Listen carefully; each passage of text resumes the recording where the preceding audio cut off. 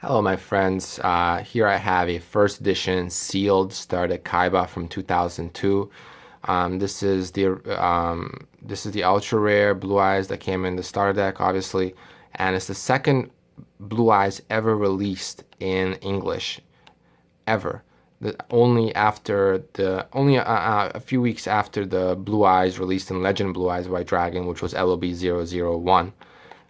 So this is the second Blue Eyes ever released in here. Now the question I want to answer is it worth opening this sealed box? There are many out there. They're about $400 currently in the market. It fluctuates a lot. I sold one before for $800, so it's a lot of fluctuation going on with these. Currently, it's on a low end at 400. Is it worth opening it? Well, it all depends on the Blue Eyes White Dragon. If it's gem mint and if you can get it graded as a 10, you will make money. Okay, the Blue Eyes as a 10 always sells for more than the sealed deck. And the reason is because even if you open this deck brand new, right out everything, you take the Blue Eyes right out, there's no guarantee that the Blue Eyes will be a 10. Okay, now here's my personal experience. I've opened like at least 5 of these, and I've only gotten ever one Blue Eyes that was a 10 out of them. Now that's a small sample size, and it might not be indicative of all of the started Kaibas, and it might have something to do with how they were handled. But I'm not sure it has to do actually with the handling, because some of the flaws that I saw was some scuffs on the back surface of the Blue Eyes when I opened these before, and some corner wear and some edge wear. So I'm gonna open this one, right? Just for the sake of it, whatever. I'm just gonna open it, and we'll see how it turns out. The Blue Eyes. Now the other cards in there are, you get Flute of Summoning Dragon and Lord of D. And those guys as gem and 10 sell for like $50 each. So that's part of the equation somewhat, but it's not a really big factor for me, and I'm not really going to do much with them. The Blue Eyes obviously is the trump card here. So I really want to check that out and see how it's going to look. My advice is, if you have one of these and if you are looking for a Blue Eyes White Dragon gem in 10, you might be better off selling the deck and then using a little bit more of your own money to buy a already graded one for just a bit more. It's not actually just a bit more. It all varies depending on what the market is like, because these might be highly in demand as gem mint 10s, but not many available in the market. The decks might differ, etc. So we're gonna open this, and we shall see what this one turns out like. Hopefully it's a freaking 10, but based on my past experiences, I have not been that lucky. I have not gotten 10s. So if this doesn't end up being a 10, let this just be a testament or a demonstration to those of you who might think that, oh, opening a card fresh out of a deck or fresh out of a pack is a gem mint 10 guaranteed. It's freaking not, okay? And if this one's not a 10, that'll be a demonstration. If it is a 10, then I don't really care, because that's great for me. That's great news. Now, the first part about whether it's a 10 or not is the centering. So as we take a look at this Blue Eyes, we have to check the centering first. And is it well centered? It is. It's centered well enough, I believe, that it is a 10 in terms of centering. Yeah, the centering will not hold it back from a 10. That's great news, because sometimes these, you take them out, even if they're gem mint all around, the corners and edges are perfect, the surfaces are perfect, the centering might throw it off from being a 10. And that's like the most aggravating experience, because you have an otherwise perfect card, and yet the centering is holding it back. Ah, oh, that's the worst, I gotta say. If you see my Legacy of Darkness opening, you'll see the frustration that's experienced by that. You get literally cards that are totally gem, and the centering throws them off, fresh out of the pack. And Legacy of Darkness is just notorious for having that issue. Started Kaiba, not as much, but it's like a normal variation, so we'll see. I'm going to use my tiny little scissors here to open it from the back.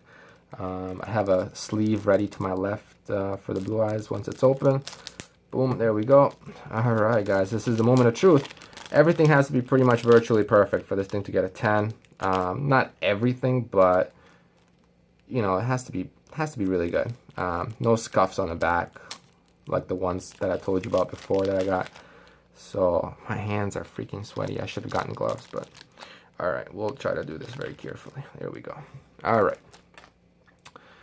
So I'm gonna pick up the blue. I'm gonna get the sleeve actually ready here, and I'm gonna pick up the Blue Eyes, and obviously you have to handle it really carefully. And now we're gonna look at the back surface first. Oh my god. Okay, so the back surface looks really clean. I don't see a single issue with the back surface. upon examination. Not a single one. Now let's just check the edges and the corners here. And the edges and the corners look really good too, at least from the back. You know what, guys? I think I may have spoke too soon about whether or not you should open or keep these things closed, because this one right here is a Gem Mint 10 with high certainty. This is a PSA 10 Blue Eyes White Dragon from Star Deck Kaiba. It is really good condition. I don't see anything wrong with this card at all. It is in really great condition. And I mean, the thing I like the most about Star Deck Kaiba, honestly, to this Blue Eyes, is just how freaking shiny it is. The later prints of this from Star Deck Kaiba, the unlimited versions, and not first edition, are just not nearly as shiny. Oh, I can't even say enough about the shininess of this card. I mean, there are no special effects here, guys. This card is shiny beyond shininess. I mean, it is freaking out of this world. It's like a luster, you know. It's just, look at this. I mean, just how shiny this is. I've never seen. I think this is the shiniest ultra rare I've ever seen. It's just out of this world. So you got to be really careful in handling this. Even the slightest little mishap could lead to a PSA 9, and that would be a catastrophe, since obviously there's a big price difference or rarity or value difference between a 9 and a 10. So this is going to PSA, and it marked my words, it will be a 10. And I got really lucky opening this box. Like I said, I've opened 5, it might be 4 or 5 boxes, at least 4, of Star Deck Kaiba first edition, and only one was viable as a 10 and got a 10. The others were 9s. So I think it was 5 actually, yeah. So 1 out of 5. So 20% success rate. This one brings that up a notch. So I got really lucky. I'm glad. I'm very happy. To answer the question, should you open a first edition Star Deck Kaiba? It depends on what you want. First, if you're looking for money, I would just sell it, because usually the difference between a sealed deck and a Gem Mint 10 Blue Eyes has not been so dramatic. You know, it's usually between 20 to 50% more. So, sorry, I meant to say 20 to 100% more. 100% meaning that it's double the price. So yes, there are times in which it's double the price to get a Gem Mint 10 Blue Eyes versus a sealed Star Deck Kaiba. And of course, the reason it costs more to get this as a Gem Mint 10 than to get this box sealed is because there's no guarantee that opening the sealed box will grant you a Gem Mint 10 Blue Eyes, due to the fact that it could be off center, it could have scuffs on the back, it could have some edge wear from any kind of manufacturing process or blunt trauma to the box, or whatever kind of other various factors that are out of your control that may have preceded you owning the box. Anything could have happened. So my advice is, if you're looking for money, sell the box, don't get it graded.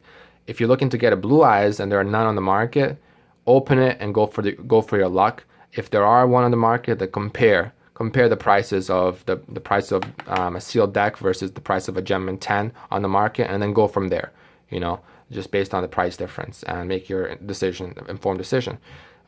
So if I had to guess, it's probably like a 50-50, near a 50-50 in terms of what is the probability of getting a Gem Mint 10 Blue Eyes from a Star Deck Kaiba. Mine was a 2 out of 6 success rate overall from all the ones I've opened. That's not 50%, but my gut feeling is somewhere around 50-50. I may have just been unlucky previously. But there's really there's no real good way to tell, obviously. I mean, any number is really just a guess, and that's what it is. But when I do say 50-50, it's really just more of a statement to be made, which is that do not expect a Gem Mint 10 Blue Eyes White Dragon from a Star Deck Kaiba when you open it. Do not expect it. Now let's just quickly look at the other 2 holos from this set. Let's see how they look. Flute of Summoning Dragon, really Gem Mint here. Let's see if I spoke too soon. No, I did not. It is Gem Mint. Great. And Lord of D. Yep, also looking really Gem Mint. Well centered, really glossy, these cards. The back is really good. So yeah, this one I got extremely lucky in. Very lucky. And by the way, if one of these is off center, usually all of them are off center. So if your Blue Eyes is off center right from the start, you can expect the other 2 holos to be off center. That's usually been my experience. It usually comes from the fact that they're all cut adjacently from a holo sheet. That's just how it is. So, you know, good luck versus bad luck. This was good luck. My previous openings have been bad luck, to be honest. But you know, the other cards from Star Deck Kaiba, you guys know what they are. You can look them up. I'll just really go through them super quickly. Yeah, really cool cards actually. There's a freaking Dark Hole in Star Deck Kaiba, which is really cool considering Dark Hole is one of the best cards, at least at the time. I mean, it's really, and Monster Reborn, I mean, ridiculously good. It's just, it's interesting how they give in the starter decks these ridiculously powerful cards like Monster Reborn and Dark Hole, you know. Surprised there's no Mirror Force in here. Might as well gone with that while you were at it. All right, guys. I really hope you enjoyed this opening. Again, sorry for the long video. You know, in the future, you can just hit times 1.25 or times 1.5 speed if you don't want to hear me talk too much. I enjoy talking, so some of you, I hope, will enjoy listening to me talk. I like to do analyses. I like to be rational when it comes to the probabilities, the statistics, and so forth. And I like to be careful in my thought as well, in the sense that I'll always tell you when I'm not sure about something when I say it, or how sure I am, relatively speaking, about certain positions that I take when it comes to Yu-Gi-Oh! Odds and so forth. So, again, I appreciate your viewership. Subscribe if you can. This is my first request, by the way, of any video in which I ask people to subscribe. So if you do subscribe, I would really appreciate it. I don't have many subscribers right now, but it'll be kind of cool to see that number get into the double digits. Anyways, thanks again, guys, and peace.